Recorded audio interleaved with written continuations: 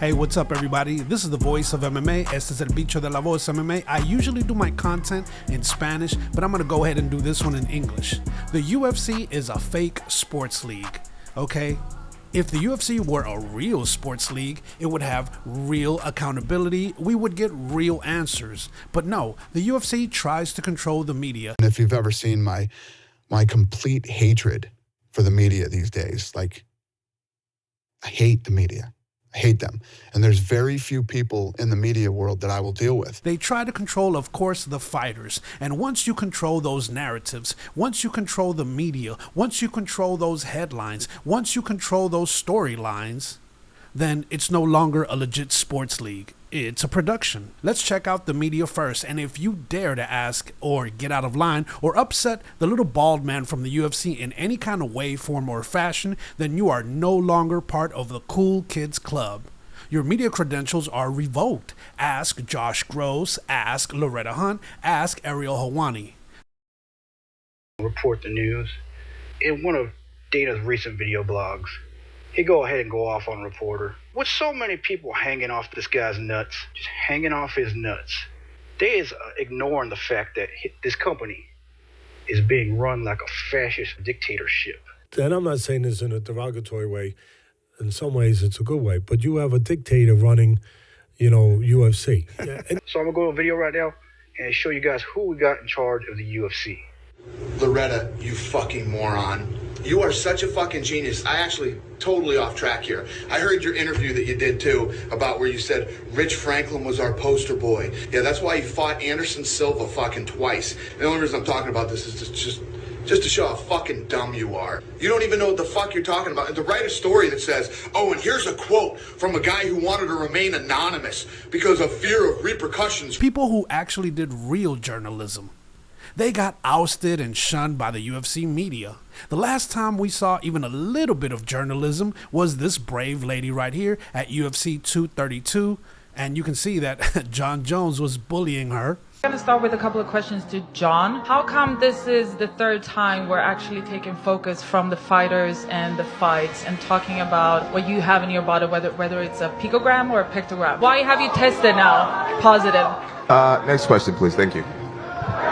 Oh, wow.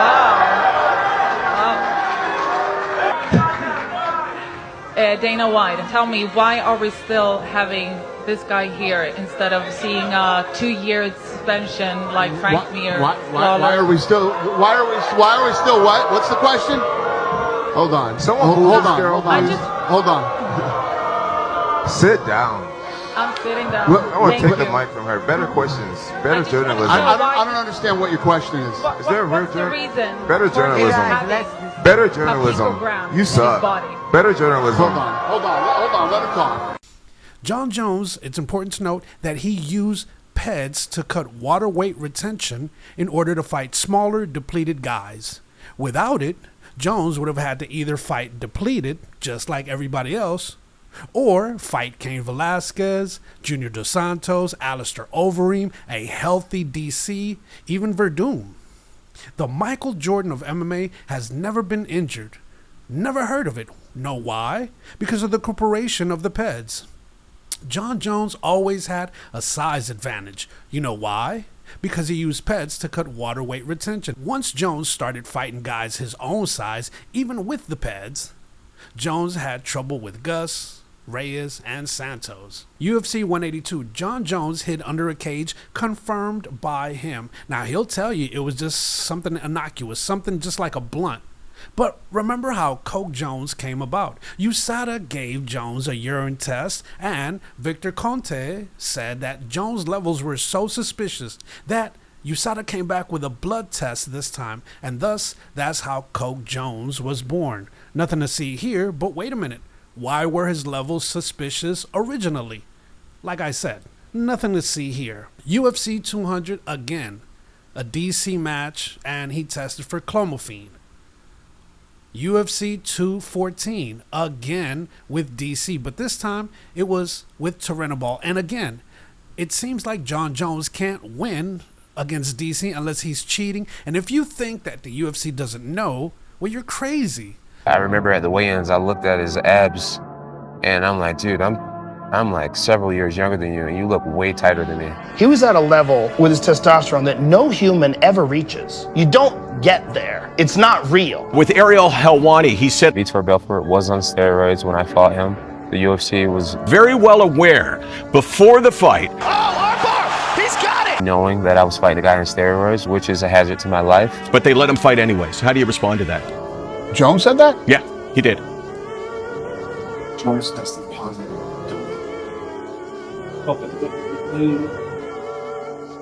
Listen, John Jones is somebody who shouldn't be talking other people's tests. Look at Brock Lesnar's test.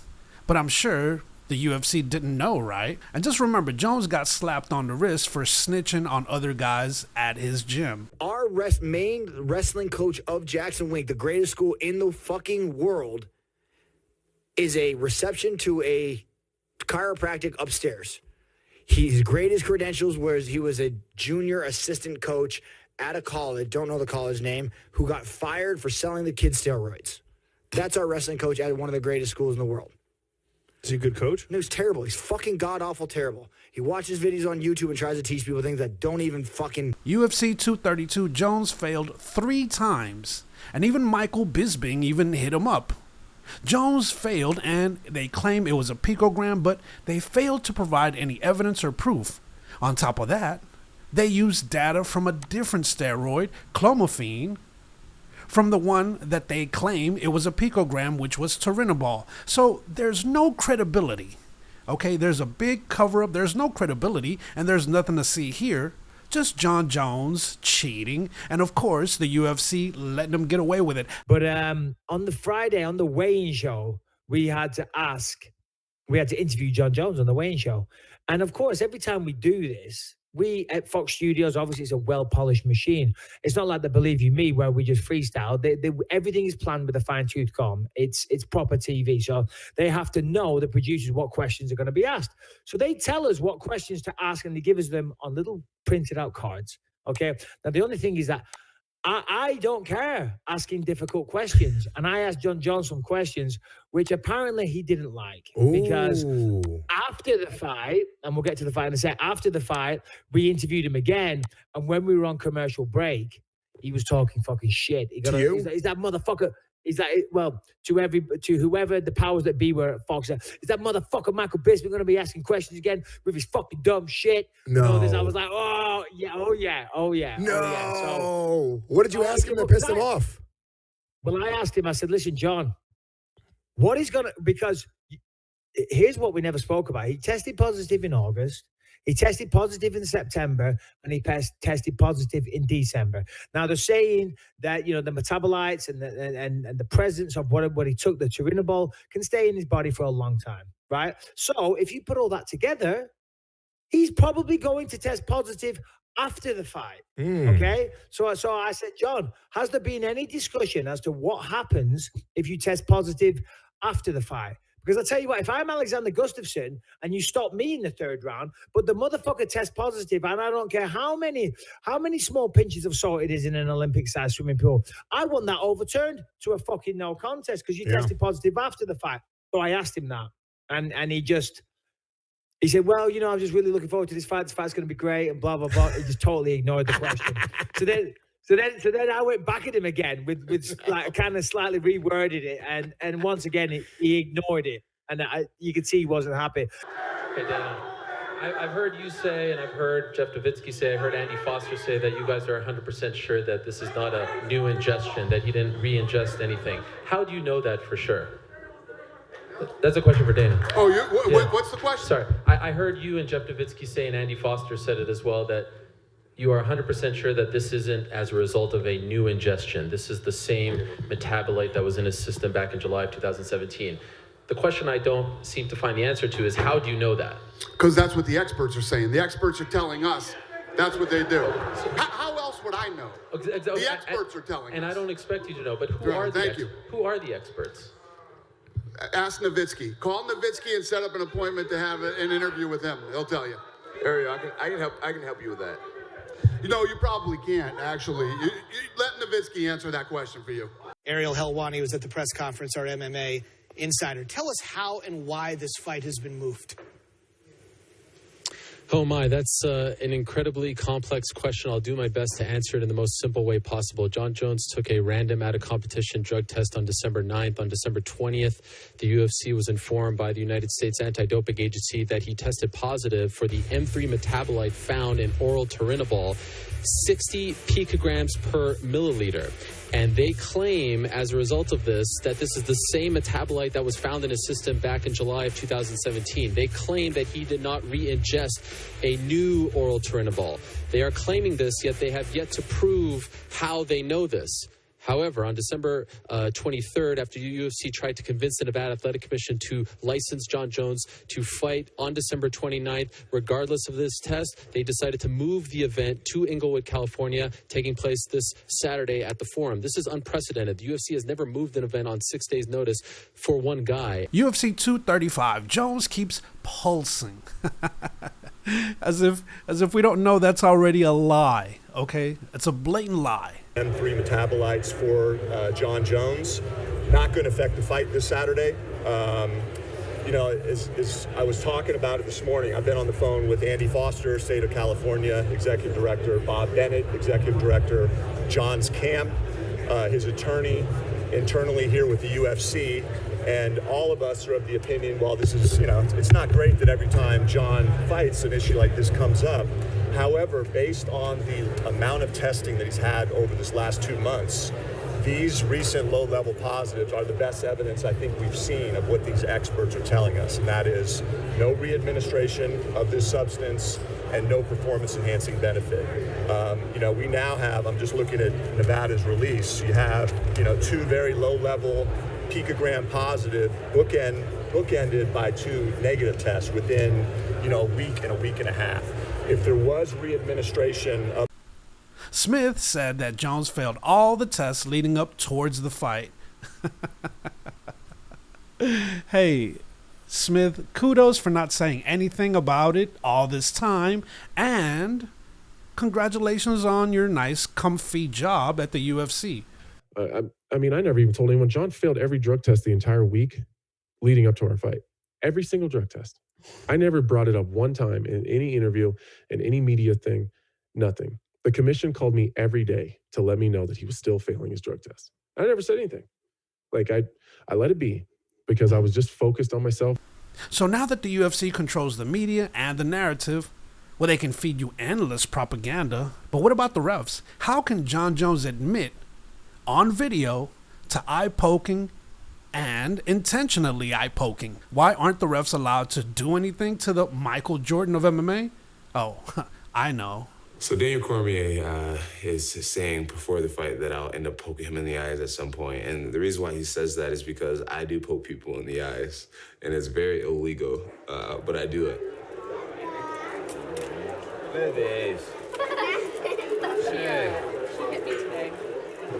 I react to people trying to punch me in the face by usually sticking my hand out and pushing their face away. Kind of like you see on TV where the big brother's holding his little brother and the little brother can't hit him, right? Because his arms isn't like long enough or whatnot. And I do that in real fights. Like if someone's coming at me, I'll just put my hand on their forehead. And a lot of times they end up missing the punch that was intended for my face. And sometimes it lands in people's eyes. And people hate that. They're like, Johnny, you're a very talented fighter. You don't need to use an illegal tactic to be successful. I try to tell people it's not intentional, but now I'm kind of known for it. And it's working. Again, doubled it up. You know, the progress of Jon Jones from his first fight against Guzman to today is really staggering. It really is. And the base of Jon Jones. Jones is so strong. He will try to sweep or he will try to switch to a leg lock. Shogun Brazilian Jiu-Jitsu taking a lot out of Shogun early. Keeping him at distance with that left hand. Again to the body. Hold on, he got poked. Oh no. Good jab by DC. Oh, the first eye poke. And that's what a lot of people were worried about. Jon's style.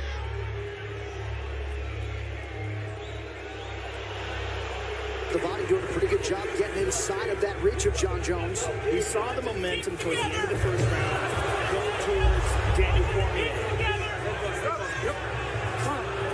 Maybe see some there's a headbutt possibly. There's that head kick again. Gustafsson missed with the uppercut. I'm amazed at Gustafsson's ability to absorb.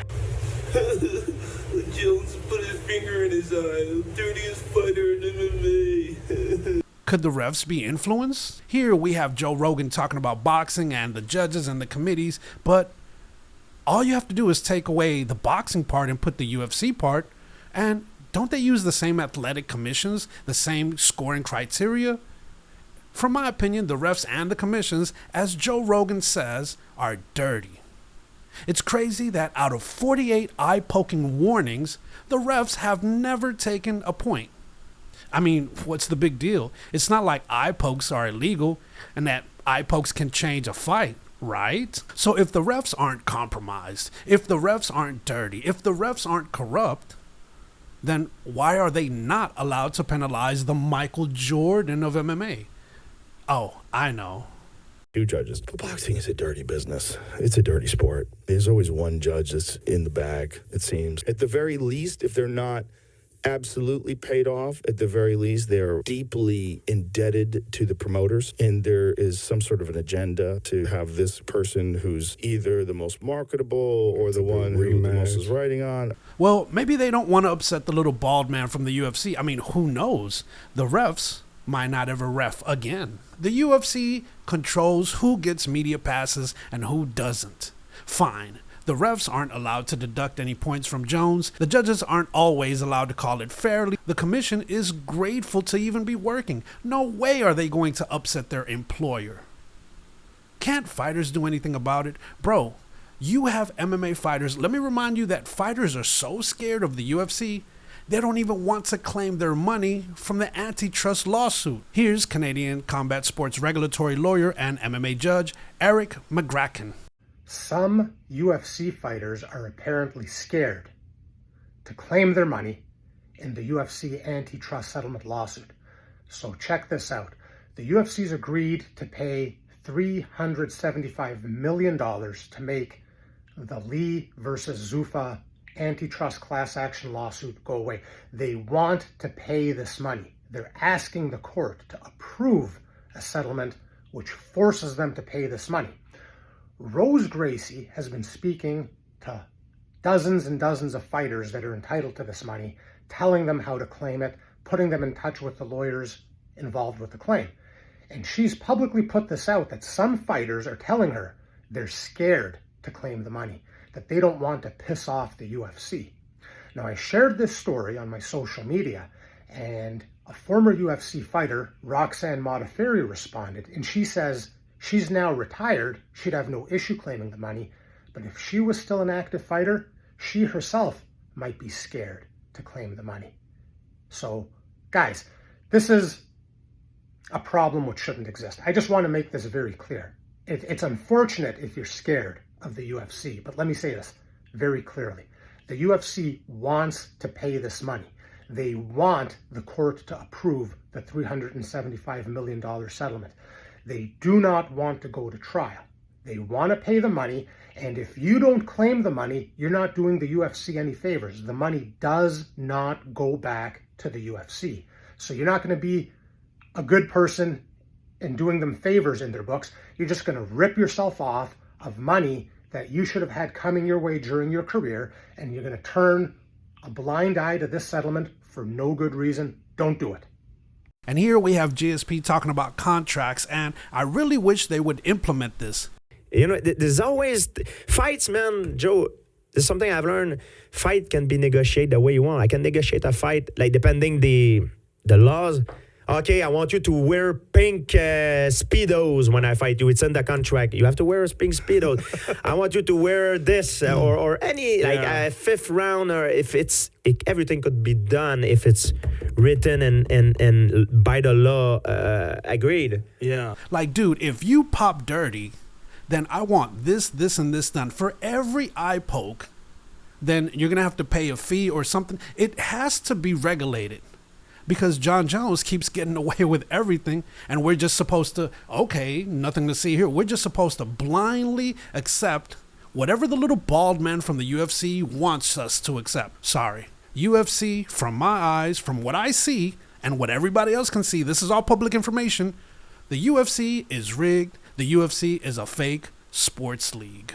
Even now, it's still easy to even now, it's... You think so? Yeah, man, it is. Like, how would someone rig the system? Okay, now, let's say I have a whereabout on my phone, okay? Yes. Now I'm saying it, and everybody knows that, especially the cheater, they know that. Look, I thought it through. It's not 100% sure, but let's say I want to have an injection of a product that will last in my body for 2 days or 1 day. Mm-hmm. So I know that particular day I cannot be tested, because if I am, I'm screwed. Right.